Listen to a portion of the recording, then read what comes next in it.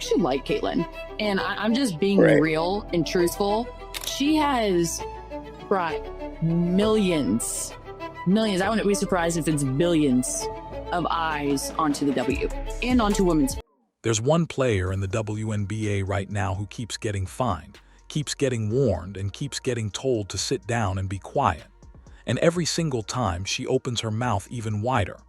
Sophie Cunningham isn't just the loudest voice in women's basketball. She's becoming the most important one. Because while every other player sticks to the script, smiles at the cameras, and gives rehearsed answers that say absolutely nothing, Sophie chose a different path. She chose the truth. And when she turned her attention to what's really going on with Caitlyn Clark, the league wasn't ready for what came next. What Sophie revealed wasn't gossip. It wasn't a hot take for clicks. It was a first-hand account from inside the fire, exposing the impossible pressure, the physical punishment, and the ugly double standards facing the biggest name in women's sports. This is the story the WNBA doesn't want you to hear. But to understand why Sophie's words carry so much weight, you need to know who she really is and what it's cost her to keep talking.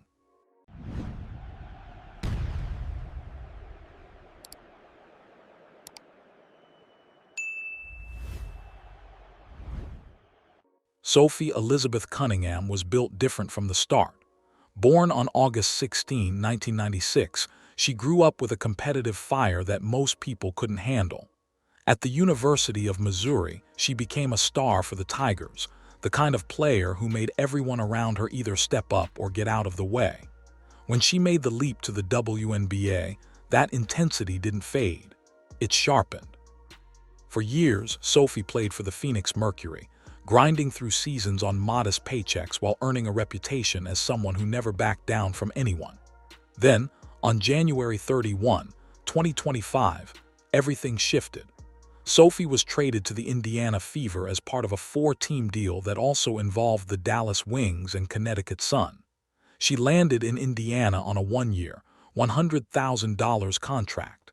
Not exactly superstar money.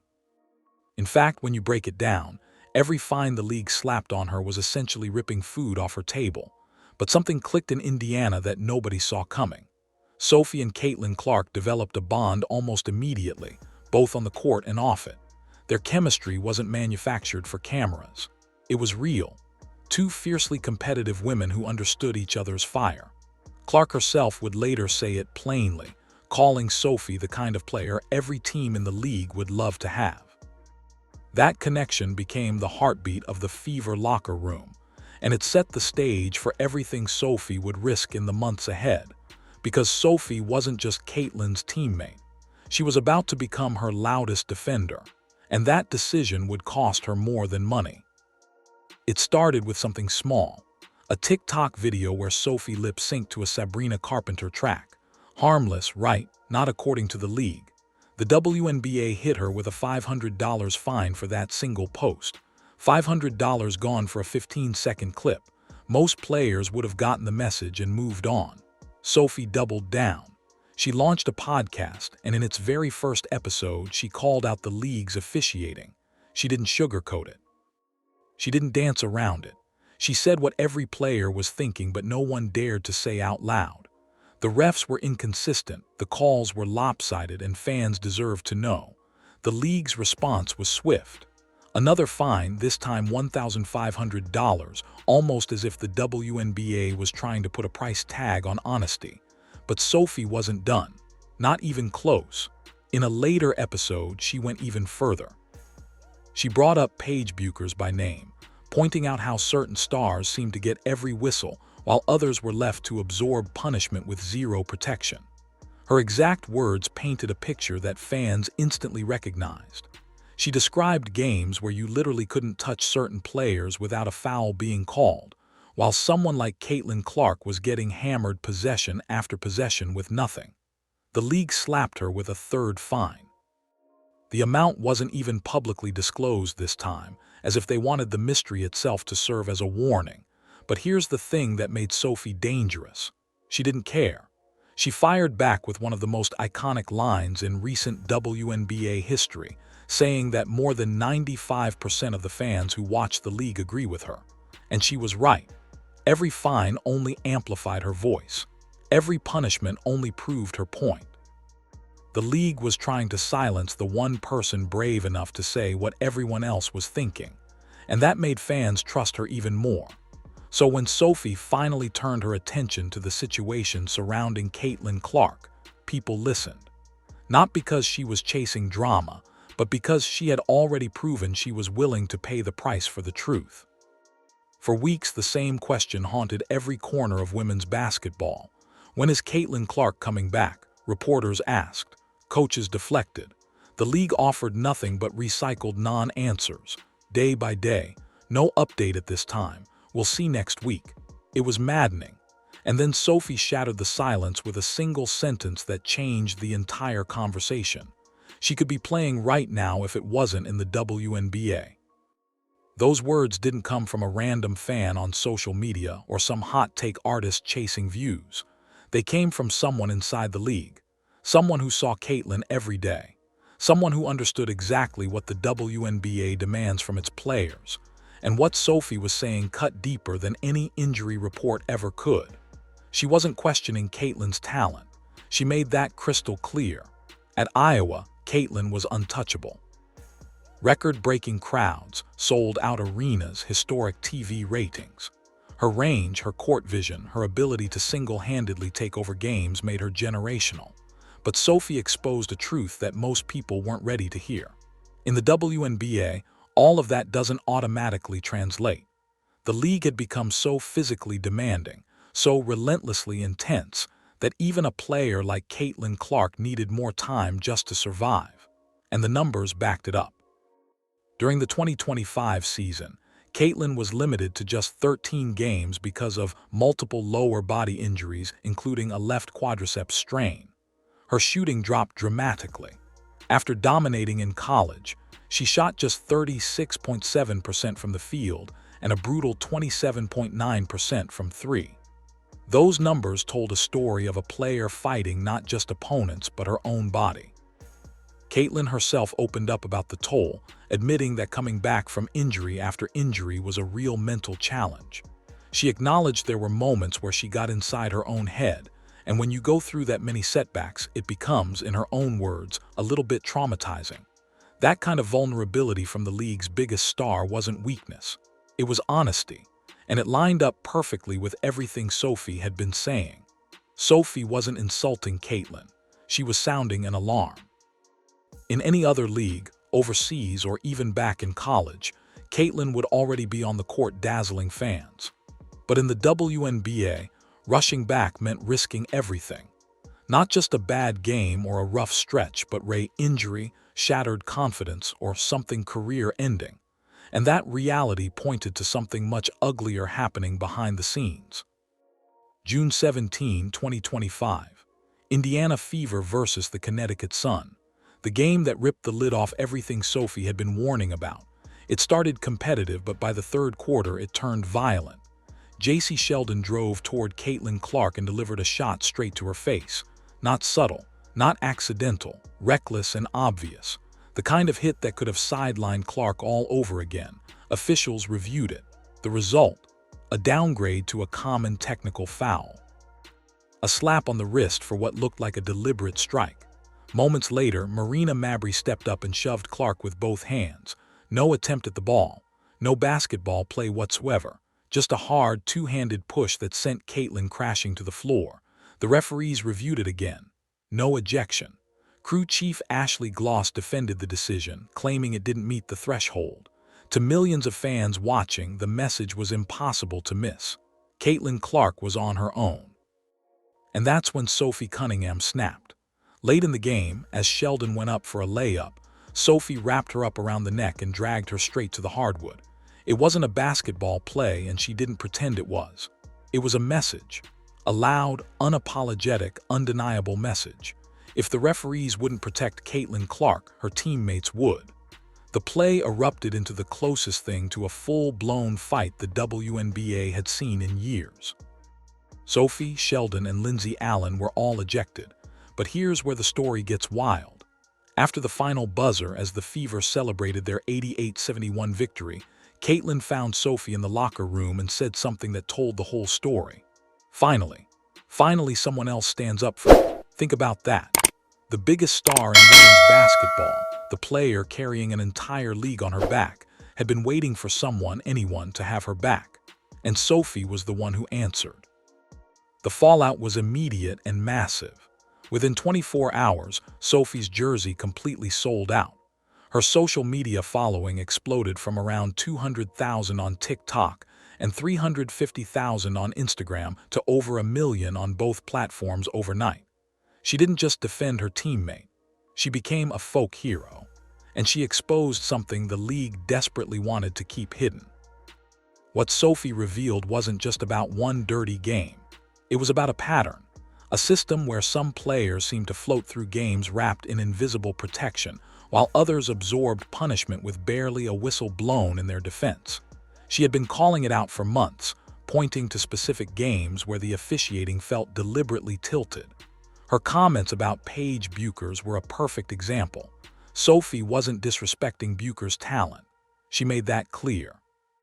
But she described nights where every bit of contact on Bueckers drew a foul, while Caitlyn Clark took hit after hit with nothing. The inconsistency wasn't subtle. It was blatant. And Sophie was the only one brave enough to name it publicly. Then came the injury report controversy in 2026 that made everything worse. The WNBA officially warned the Fever over their handling of Clark's injury designation after she didn't play in a game despite not being listed on the injury report. She was ruled out due to a back issue just 2 hours before tip-off. Clark's response was pure frustration. She revealed that she had told her own mother only 40 minutes before the public found out. Even the league's biggest star was being kept in the dark about her own situation. Sophie admitted on her podcast that she didn't have answers either. She flat out said she wasn't holding back information. She just didn't know. And that confession was perhaps the most damning detail of all. If Caitlyn's own teammate and close friend couldn't get a straight answer about what was happening, then the silence wasn't accidental. It was deliberate. The league was controlling the narrative, keeping everything vague, and hoping nobody would push hard enough to find the truth. But Sophie pushed. She always pushes. And the picture she painted was one of a league that finds players for honesty, hides behind vague injury reports, and protects its image while leaving its most valuable player exposed. That contradiction leads to the biggest irony of all. Here's what makes the entire situation almost absurd. The player the WNBA refuses to protect is the same player keeping the entire league financially alive.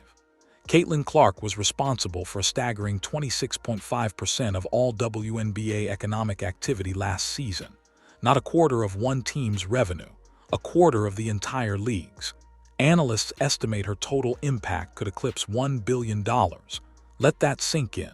One player, $1 billion. Because of Caitlyn, the league posted its most watched regular season in 24 years, averaging 1.19 million viewers across ESPN platforms, a 170% jump from the year before. Merchandise sales through major retailers spiked by 233%, and overall WNBA merch sales increased by more than 500%. Clark herself ranked in the top 20 of all athletes across every sport in merchandise sales and 6th among all basketball players, including the NBA. Her impact didn't stop at ratings and jersey sales. The league locked in a massive $2.2 billion media contract spanning 11 years. 3 new expansion franchises were sold at $250 million each. And the new collective bargaining agreement beginning in 2026 will see salary caps jump from roughly $1.5 million to $7 million, with average player salaries surpassing $583,000 and top Supermax deals starting around $1.4 million. Every single one of those numbers has Caitlyn Clark's fingerprints on it. So here's the billion-dollar question. How does a league let its most valuable asset, the player generating more economic activity than anyone in the history of women's professional sports, get hammered game after game without adequate protection? How do you build an empire on someone's back and then look the other way when they're getting shoved to the floor? That's the paradox Sophie Cunningham exposed. The WNBA needs Caitlyn Clark more than it will ever admit. But its actions suggest it either doesn't realize that or doesn't care. And both options are terrifying for the future of the league. Through all the chaos, the fines, the injuries, and the silence, one thing has remained constant: the bond between Sophie Cunningham and Caitlyn Clark. Their friendship isn't a media creation. It's forged in the fire of shared battles, mutual respect, and a loyalty that most teammates never experience. Caitlyn said it herself. No matter the situation, whether they're down 20 or up 20, Sophie is the same person. That kind of consistency, that kind of ride-or-die energy, is rare in any sport. And Sophie proved it came at a real cost. In August 2025, during a game against Connecticut, she went down with a torn right MCL. Her season was over. The same physicality she had been fighting against finally caught up to her too. But true to form, she didn't disappear. She came back for 2026 talking about a fresh start, and even acknowledged that the league had made some progress with officiating after meetings with the refs. When a sideline confrontation between Caitlyn and teammate Stephanie White sparked headlines earlier this season, it was Sophie who stepped in to calm the noise, explaining that two competitive people sometimes bump heads, but it was all out of good intent. She wasn't just defending Caitlyn. She was protecting the culture of the entire team. So where does this all leave us? The WNBA is at a crossroads. It has more money, more eyes, and more momentum than ever before. But it also has a growing credibility problem. Players like Sophie are exposing cracks that the league would rather paper over. Fans are paying closer attention than ever, not just to the highlights, but to the officiating, the injury reports, and the way the league treats the stars who carry it. Caitlyn Clark didn't just bring millions of eyes to women's basketball. She brought accountability, and Sophie Cunningham made sure nobody could look away. The real question now isn't whether Caitlyn will come back. It's whether the league will evolve fast enough to deserve her when she does. What do you think?